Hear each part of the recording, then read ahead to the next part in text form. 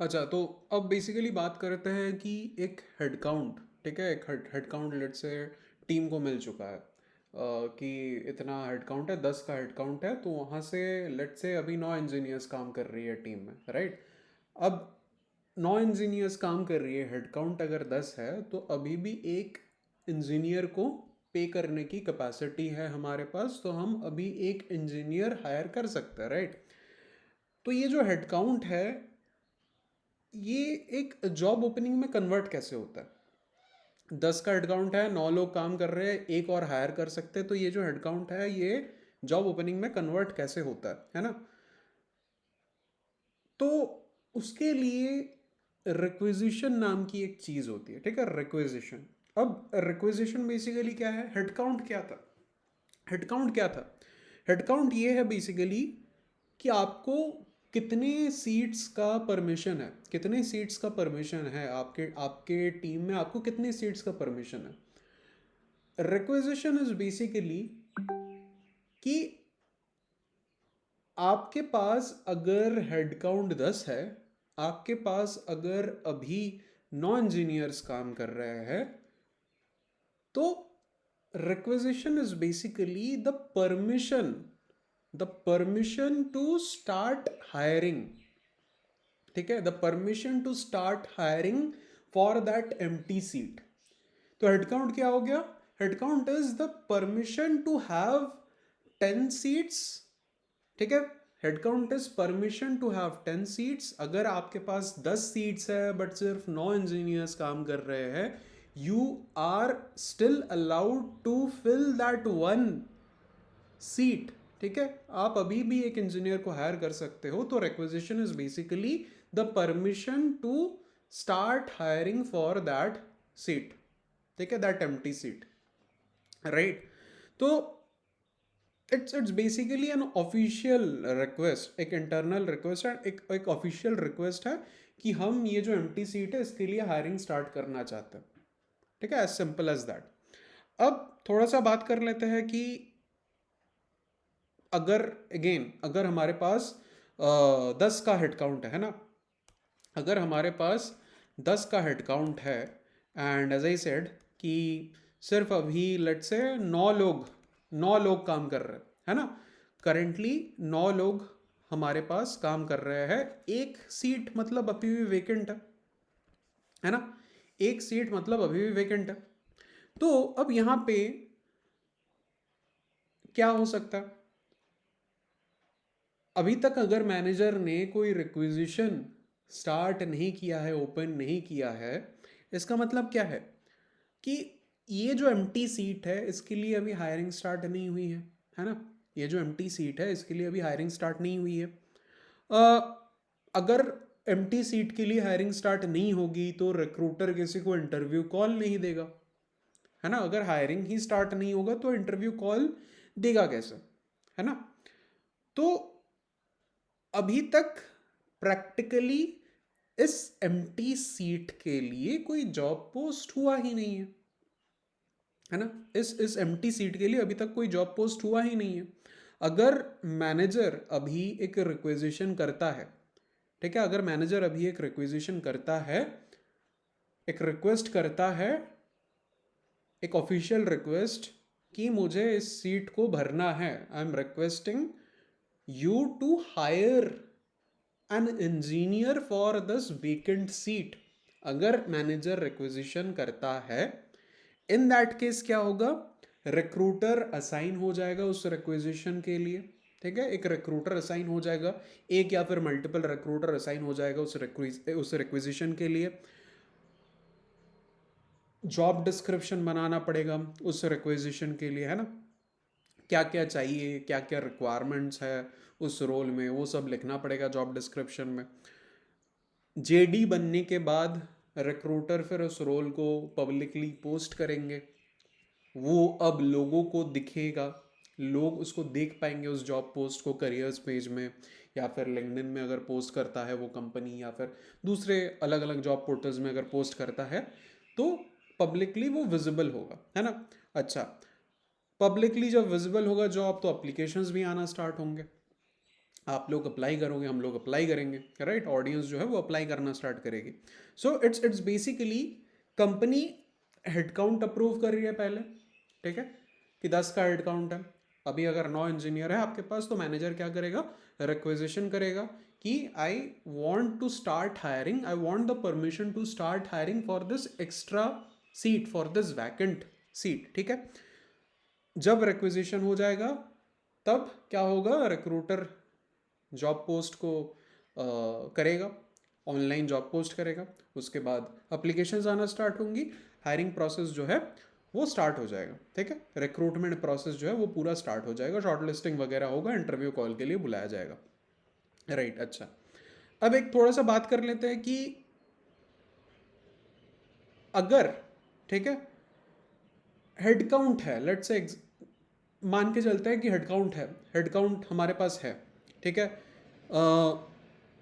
Vacant seat है, जैसे इस केस में हुआ कि 10 हेडकाउंट है, 9 लोग काम कर रहे हैं तो एक वैकेंट सीट है ना. अच्छा, लेट्स से रिक्वेजिशन भी ओपन हुआ है, मैनेजर ने रिक्वेजिशन भी ओपन किया है, लेट्स से रिक्रूटर ने ऑनलाइन जॉब पोस्ट भी कर दिया है, ठीक है. इवन देन बाद में लीडरशिप मैनेजमेंट बोल सकती है कि इस रोल का हायरिंग स्टॉप कर दो, ठीक है, इस रोल का हायरिंग स्टॉप कर दो. तो इस केस में क्या होगा, जॉब पोस्ट आपको पब्लिकली विजिबल तो दिखेगा, जॉब पोस्ट आपको पब्लिकली विजिबल तो दिखेगा, उसमें अप्लीकेशंस भी आप भर पाओगे, बट आपको रिक्रूटर का कोई कॉल नहीं आएगा, ठीक है, आपको रिक्रूटर का कोई कॉल ही नहीं आएगा. तो इसीलिए बहुत लोग कंफ्यूज हो जाते हैं कि क्या क्या मेरा प्रोफाइल वीक है, या फिर किस किस कारण से मैं रिजेक्ट हो चुका हूँ. बिकॉज अभी तक कोई रिस्पॉन्स ही नहीं आ रहा है, तो लगेगा आपको कि मैं रिजेक्ट हो चुका हूँ या फिर मेरा प्रोफाइल वीक है, इसीलिए कुछ डिले हो रहा है, या फिर वो मे बी कंसिडर ही नहीं कर रहे मेरे प्रोफाइल को. बट एक्चुअली में हायरिंग जो है वो इंटरनली पॉज कर दिया गया है, इस वजह से आपको कोई इंफॉर्मेशन नहीं आ रहा है, या फिर आपको कोई कॉल नहीं आ रहा है रिक्रूटर के तरफ से, ठीक है. So this is how requisitions work. Now अब थोड़ा सा बात करते हैं कि एक रिक्वेजिशन में एग्जैक्टली होता क्या है, ठीक है. रिक्वेजिशन तो मैंने बोला कि मैनेजर रिक्वेजिशन करता है, ओपन करता है कि मुझे परमिशन चाहिए इस वैकेंट सीट के लिए, एक हायरिंग करनी है तो उसके लिए मुझे परमिशन चाहिए. तो एग्जैक्टली एक रिक्वेजिशन में क्या क्या चीज़ होता है, तो वो थोड़ा सा आप जान लेते हैं, ठीक है. तो सबसे पहला जो चीज़ है, जब भी कोई रिक्वेजिशन ओपन होती है, सबसे पहला जो चीज़ है वो है कि रोल का टाइटल क्या है, ठीक है. सबसे पहला जो चीज़ है वो ये है कि रोल का टाइटल क्या है. क्या ये SD1 रोल है, क्या ये SD2 रोल है, क्या ये सीनियर सॉफ्टवेयर इंजीनियर रोल है, क्या ये इंजीनियरिंग मैनेजर पोजीशन का रोल है, क्या ये डायरेक्टर का रोल है, what exactly is the role, ठीक है. रोल टाइटल क्या है ये जाना जाता है. दूसरा चीज़ क्या है,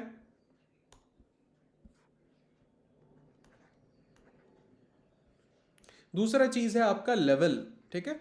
level of hiring, level of hiring मतलब क्या ये L3 पोजीशन का ओपनिंग है, क्या ये L4 पोजीशन का ओपनिंग है, क्या ये L5 पोजीशन का ओपनिंग है, क्या ये L6 पोजीशन का ओपनिंग है, क्या ये L7 का ओपनिंग है, एग्जैक्टली किस किस पोजीशन का ओपनिंग है, ठीक है. तो ये चीज़ हो गई. इसके बाद और क्या चीज़ है, लोकेशन मैटर करती है कि कौन से लोकेशन में आप हायर करना चाहते हो. आप बैंगलोर में हायर करना चाहते हो, आप लंदन में हायर करना चाहते हो, आप जर्मनी में हायर करना चाहते हो, आप गुड़गांव में हायर करना चाहते हो, एग्जैक्टली कहाँ आप हायर करना चाहते हो, तो वो भी एक रिक्वेजिशन में रहता है, राइट. अच्छा, एम्प्लॉयमेंट टाइप क्या होगा.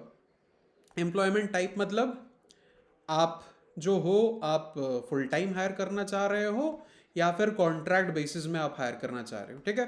फुल टाइम आप हायर करना चाह रहे हो या कॉन्ट्रैक्ट बेसिस में हायर करना चाह रहे हो, या फिर आप इंटर्नशिप देना चाह रहे हो, या फिर आप अप्रेंटाइज लेना चाह रहे हो, एग्जैक्टली क्या फुल टाइम आप हायर करना चाह रहे हो, या फिर कॉन्ट्रैक्ट बेसिस पे हायर करना चाह रहे हो, या फिर इंटर्न हायर करना चाह रहे हो, या फिर अप्रेंटाइज हायर करना चाह रहे हो, एग्जैक्टली कौन सा आपका एम्प्लॉयमेंट टाइप है ये भी देना पड़ेगा, राइट. इसके अलावा और क्या देना पड़ेगा, रिपोर्टिंग मैनेजर कौन होगा, ठीक है, ये जो इंसान जिसको हायर किया जाएगा, रिपोर्टिंग मैनेजर, इसका कौन होगा, ठीक है, ये भी बहुत इंपॉर्टेंट है, ठीक है, बिकॉज अगेन आप जब हायर हो गए, आपका कोई ना कोई मैनेजर तो होगा, आपका कोई ना कोई पॉइंट ऑफ कांटेक्ट तो होगा, जो आपको ओवर द टाइम हेल्प करता रहेगा, आपको ओवर द टाइम गाइड करता रहेगा, कोई भी प्रॉब्लम में आप फंसोगे तो वहाँ से आपको सोल्यूशन देगा, है ना। तो रिपोर्टिंग मैनेजर कौन होगा, ये बहुत ज़्यादा इंपॉर्टेंट है। अच्छा, वेरी इंपॉर्टेंट, सैलरी ब्रैकेट, ठीक है, सैलरी ब्रैकेट बहुत ज़्यादा इंपॉर्टेंट है कि लोअर रेंज आप मिनिमम कितना देना चाहते हो, ठीक है, लोअर रेंज क्या है इस पर्टिकुलर रोल का, मे बी 15 लाख है, ठीक है, एज्यूम कर लेते हैं SD1 के लिए 15 लाख ये कंपनी देना चाहती है, मिनिमम, सबसे कम, ठीक है, bare minimum. Max to max कितना जा सकती है, मे बी 25 लाख, 25 LPA जा सकती है, ठीक है। तो मैक्सिमम रेंज है, लो टू हाई कितना जाएगा, तो वो सैलरी ब्रैकेट रहता है कि इतने से इतना तक दे सकते, इसके ऊपर हम जाएंगे नहीं, ठीक है। तो एक लो रेंज, एक हाई रेंज रहता है कि हाई रेंज के ऊपर जाना ही नहीं है, मैक्स टू मैक्स इतना सैलरी हम इस रोल के लिए दे सकते हैं। सबसे फाइनल चीज, रीजन ऑफ हायरिंग, ठीक है, रीजन ऑफ हायरिंग मतलब क्या आप कोई वेकेंट सीट, क्या आप कोई वेकेंट सीट भरना चाह रहे हो, रिप्लेसमेंट चाह रहे हो किसी पर्टिकुलर इंजीनियर का, ठीक है, रिप्लेसमेंट चाह रहे हो किसी पर्टिकुलर इंजीनियर का, या फिर आप एक्सपैंड करना चाह रहे हो अपना टीम, ठीक है, आप रिप्लेसमेंट ढूंढ रहे हो या फिर आप अपना जो टीम है वो एक्सपैंड करना चाह रहे हो, ठीक है। तो ये तो हो गई कि रिक्विजिशन जब कोई करता है, कोई मैनेजर करता है, तो उसको क्या क्या डिटेल्स भरनी पड़ती है, राइट। अच्छा, ये सब डिटेल्स भरना पड़ेगा before recruiter can actually start hiring for that requisition, ठीक है। तो ये तो हो गया। अच्छा, अब लेट्स से रिक्विजिशन बोलती है कि SD2 रोल के लिए हम हायर कर रहे हैं, ठीक है, SD2 रोल के लिए हम हायर कर रहे हैं, रिक्विजिशन में ऐसा दिया गया है मैनेजर के तरफ से कि SD2 रोल के लिए हम हायर कर रहे हैं, L4 पोजीशन है, L4 लेवल है, लोकेशन क्या है, लेट्स से बैंगलोर लोकेशन है, ठीक है, और सैलरी ब्रैकेट जो है वो 15 से 25 का है, या फिर थोड़ा सा ज़्यादा कर लेते हैं, 25 to 35 कर लेते हैं, ठीक है, 25 to 35 लाख पर एनम का सैलरी रेंज दिया गया है, ठीक है। SD2 पोजीशन है, लेवल जो है वो L4 लेवल है, लोकेशन जो है वो बैंगलोर है, सैलरी रेंज जो दिया गया है 25 to 35 लाख पर एनम का सैलरी रेंज दिया गया। अब लेट्स से आप अप्लाई करते हो इस रोल के लिए, ठीक है, आप अभी may be staff software engineer हो, ठीक है, आप मे बी अभी स्टाफ सॉफ्टवेयर इंजीनियर हो, आप अभी लंदन लोकेशन में काम कर रहे हो, आप एक्सपेक्ट कर रहे हो कि आपको 1 CR का सैलरी मिलेगा, 1 CR पर एनम का आपको सैलरी चाहिए, ठीक है, आप स्टाफ सॉफ्टवेयर इंजीनियर हो, आप लंदन में काम, generally staff software engineer L6 होता है, ठीक है, L6 होता है, आप स्टाफ सॉफ्टवेयर इंजीनियर हो, L6 लेवल पे काम कर रहे हो, लंदन लोकेशन पे काम कर रहे हो, आप एक्सपेक्टेड CTC जो है वो 1 CR का चाह रहे हो, ठीक है। तो इस केस में आपका प्रोफाइल नो डाउट बहुत अच्छा प्रोफाइल है, आपके पास बहुत ज़्यादा एक्सपीरियंस है, बट अगेन यहाँ पे क्या होगा, रिक्रूटर आपके प्रोफाइल के साथ मूव फॉरवर्ड नहीं करेंगे, बिकॉज आपका जो भी है डिटेल वो रिक्विजिशन के साथ मैच नहीं कर रहा है, कंपैटिबल नहीं है विद द रिक्विजिशन, ठीक है।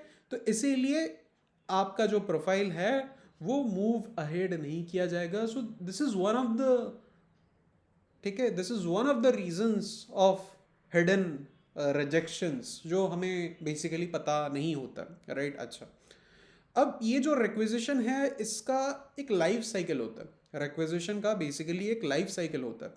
लाइफ साइकिल मतलब यहाँ पे, लाइफ साइकिल मतलब सबसे पहली चीज तो है कि जो स्टेज 1 है वो है आपका ड्राफ्ट स्टेज मतलब जहाँ पे मैनेजर टाइटल डिसाइड कर रहा है कि रोल का टाइटल क्या होगा, मैनेजर लेवल डिसाइड कर रहा है, मैनेजर लोकेशन डिसाइड कर रहा है, मैनेजर एम्प्लॉयमेंट टाइप डिसाइड कर रहा है, मैनेजर सैलरी ब्रैकेट डिसाइड कर रहा है, मैनेजर रीज़न ऑफ हायरिंग दे रहा है कि एग्जैक्टली क्या रीज़न है। तो ये बेसिकली वो अभी डिसीजन ले रहा है, रिक्वेजिशन को बनाने के लिए डिसीजन ले रहा है, वो जेडी फ्रेम कर रहा है, हर एक चीज़ कर रहा है, ठीक है। तो ये है बेसिकली ड्राफ्ट स्टेज, ठीक है, ड्राफ्ट स्टेज हो गया। दूसरा क्या स्टेज है? दूसरा स्टेज है आपका ओपन स्टेज। ओपन स्टेज मतलब रिक्रूटर को रिक्वेजिशन दे दिया है कि मुझे ये चीज़ें चाहिए, आप अब हायरिंग स्टार्ट कर दो। तो रिक्रूटर क्या करेंगे? रिक्रूटर जॉब को ऑनलाइन पोस्ट कर देंगे, ठीक है, रिक्रूटर जॉब को ऑनलाइन पोस्ट कर देंगे। तो ये हो गया आपका ओपन स्टेज।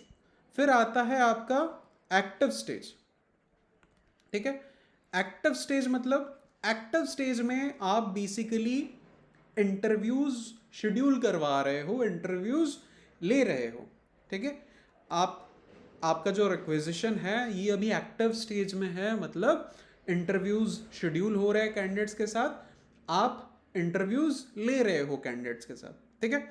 इसके बाद जो है ये हो गया आपका ऑफर स्टेज। ऑफर स्टेज मतलब, ऑफर स्टेज मतलब आपने इंटरव्यूज ले लिए हैं, आपने कुछ लोगों को ऑफर भी दे दिया है, ठीक है।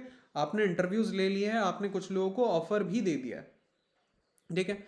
इसके बाद आपका आ जाएगा फील्ड स्टेज, ठीक है। फील्ड स्टेज, फील्ड स्टेज मतलब आपने ऑफर दिया था जिन लोगों को, उनमें से कुछ लोगों ने ऑफर एक्सेप्ट कर लिया, ठीक है। कुछ लोगों ने उनमें से ऑफर एक्सेप्ट कर लिया, एक्सेप्ट करना स्टार्ट कर दिया। सिक्स स्टेज क्या है? Closed, closed stage. Closed stage मतलब पूरा एंटायर रिक्रूटमेंट हो चुका है, जितने कैंडिडेट्स नेसेसरी थे सब आपको मिल चुके हैं, आपने अब जो रिक्वेजिशन है वो पूरा क्लोज कर दिया, आपको अब नहीं चाहिए, न्यू कोई नहीं चाहिए, जितना आपका रिक्वायरमेंट था वो आपको मिल चुका है। तो यहाँ पे जो है ये क्लोज्ड स्टेज हो गया। सेवेंथ जो है वो एक एक एक अलग ही चीज़ है, कैंसल्ड स्टेज। वो इसका कोई सीक्वेंस नहीं होता, कैंसल्ड स्टेज का कोई सीक्वेंस नहीं होता। एनी टाइम मैनेजमेंट एक रिक्वेजिशन कैंसिल कर सकती है ये कह के कि नहीं अभी हम इस रोल के लिए हायर नहीं करना चाहते, ठीक है। तो ये बेसिकली हो गया आपका कैंसल्ड स्टेज, जो अगेन सीक्वेंस में नहीं पड़ता। एनी टाइम मैनेजमेंट बोल सकती है, एनी टाइम लीडरशिप बोल सकती है कि हम हायरिंग स्टॉप करना चाहते हैं, हम इस रोल के लिए हायरिंग नहीं करना चाहते। तो इन दैट केस क्या होगा? अप्लीकेशंस आते रहेंगे, हायरिंग नहीं होगी, ठीक है, कॉल्स भी आपको नहीं आएगा, ठीक है। अप्लीकेशंस घुसते रहेंगे उस रिक्वेजिशन में कैंडिडेट्स की तरफ से, बट ना हायरिंग होगी ना कोई कॉल आएगा, ठीक है। तो थोड़ा सा अब चलते हैं कि एक रिक्रूटर के पर्सपेक्टिव से स्लेट क्या चीज़ होता है, ठीक है। एक रिक्रूटर के पर्सपेक्टिव से स्लेट, स्लेट एग्जैक्टली क्या चीज़ होता है, ठीक है। तो स्लेट मतलब लेट से आज रिक्रूटर के पास 800 रिज्यूमेज आते हैं, ठीक है। आज रिक्रूटर के पास 800 रिज्यूमेज आते हैं और उनको यहाँ से चाहिए कुछ कैंडिडेट्स, लेट से 5 कैंडिडेट्स उनको सिलेक्ट करने हैं उस रिक्वेजिशन के लिए, टोटल 5 कैंडिडेट उनको लाना है, ज्वाइनिंग करवाना है उस रिक्वेजिशन के लिए। क्या वो इन 800 एप्लीकेंट्स के इंटरव्यूज ले लेंगे? नहीं, ऑब्वियसली नहीं, प्रैक्टिकल नहीं है, फिजिबल भी नहीं है ना। तो यहाँ पे वो क्या कर सकते हैं? वो एक ग्रुप बना सकते हैं, एक शॉर्टलिस्टेड ग्रुप बना सकते हैं, किसका? स्ट्रॉन्ग कैंडिडेट्स का, ठीक है। रिक्रूटर का कभी भी ये इंटेंशन नहीं होता है कि मुझे बेस्ट ऑफ द बेस्ट को फाइंड करना है, नहीं होता। वो मोटो नहीं होता कि मुझे बेस्ट ऑफ द बेस्ट को ही फाइंड करना है, बेस्ट ऑफ द बेस्ट को ही ऑनबोर्ड करना है, वो मोटो नहीं होता है। They want to onboard strong candidates, इतना आप समझ के चलो, स्ट्रॉन्ग कैंडिडेट्स को वो ऑनबोर्ड करना चाहता है। तो रिक्रूटर यहाँ पे क्या करेगा? उनको कुछ कैंडिडेट्स ऑनबोर्ड करवाने हैं इस रिक्वेजिशन के लिए, उनको 800 लेट से एप्लीकेंट्स मिले हैं, वो 800 लोगों का इंटरव्यू तो नहीं लेंगे, वो पहले क्या करेंगे? एक स्ट्रॉन्ग शॉर्टलिस्टेड ग्रुप बनाएंगे। स्ट्रॉन्ग कैंडिडेट्स का एक एक ग्रुप बनाएंगे, स्ट्रॉन्ग कैंडिडेट्स को शॉर्टलिस्ट करके ग्रुप बनाएंगे, ठीक है। सो लेट्स से 800 एप्लीकेशंस है, ठीक है। आठ आठ लोग, ठीक है, 8 आउट ऑफ 800, 800 एप्लीकेंट्स है, वहां से 8 लोगों को फर्स्ट टेक्निकल राउंड में ले जाया गया, फर्स्ट टेक्निकल राउंड में, ठीक है। 8 लोगों में से 3 लोगों को may be final final technical round में ले जाया गया, ठीक है। फाइनल टेक्निकल राउंड में ले जाया गया। 3 लोगों में से 2 लोगों को लेट से ऑफर दिया गया, ठीक है। 3 लोगों में से 2 लोगों को लेट से ऑफर दिया गया, एंड 2 लोगों में से एक इंसान ने, एक कैंडिडेट ने ऑफर एक्सेप्ट किया, ठीक है। 2 लोगों में से एक कैंडिडेट ने ऑफर एक्सेप्ट किया। तो ये जो चीज है, ये जो आप देख रहे हो आपके सामने, ये बेसिकली हो गया एक स्लेट, ठीक है। ये बेसिकली हो गया एक स्लेट कि रिक्रूटर ने इस तरह से शॉर्टलिस्टिंग करी कि उनके पास at the end of the process strong candidate onboard हो चुका है, या फिर स्ट्रॉन्ग कैंडिडेट्स ऑनबोर्ड हो चुके हैं, ठीक है। तो इसको बेसिकली स्लेट बोला जाता है, ठीक है। तो अगर रिक्रूटर को दिखता है कि मेरे पास एक स्ट्रॉन्ग स्लेट है जहां से प्रेडिक्शन मैं कर पा रहा हूं या कर पा रही हूं कि जितने भी मेरे को कैंडिडेट्स ऑनबोर्ड करने थे फाइनली उतने कैंडिडेट्स में ऑनबोर्ड कर लूंगा या कर लूंगी इस स्लेट से, ठीक है। जब उनको ऐसा लगता है कि मेरे पास अब एक स्ट्रॉन्ग स्लेट है, तो वो न्यू कैंडिडेट्स को रिव्यू करना बंद कर देते, पॉज कर देते, ठीक है। तो वो न्यू कैंडिडेट्स को रिव्यू करना पॉज कर देंगे, न्यू कैंडिडेट्स के प्रोफाइल को देखना ही बंद कर देंगे, ठीक है। तो यहां से बेसिकली हमें क्या क्या समझ आ रहा है, यहां से बेसिकली हमें ये समझ आ रहा है कि जितना हम लेट अप्लाई करेंगे उतना हमारे लिए प्रॉब्लम वाली चीज़ है। मे बी हमारा रिज्यूमे अच्छा होगा बट हमारा रिज्यूमे देखा ही नहीं जाएगा, ठीक है। हमारा रिज्यूमे अच्छा होगा बट हमारा रिज्यूमे देखा ही नहीं जाएगा।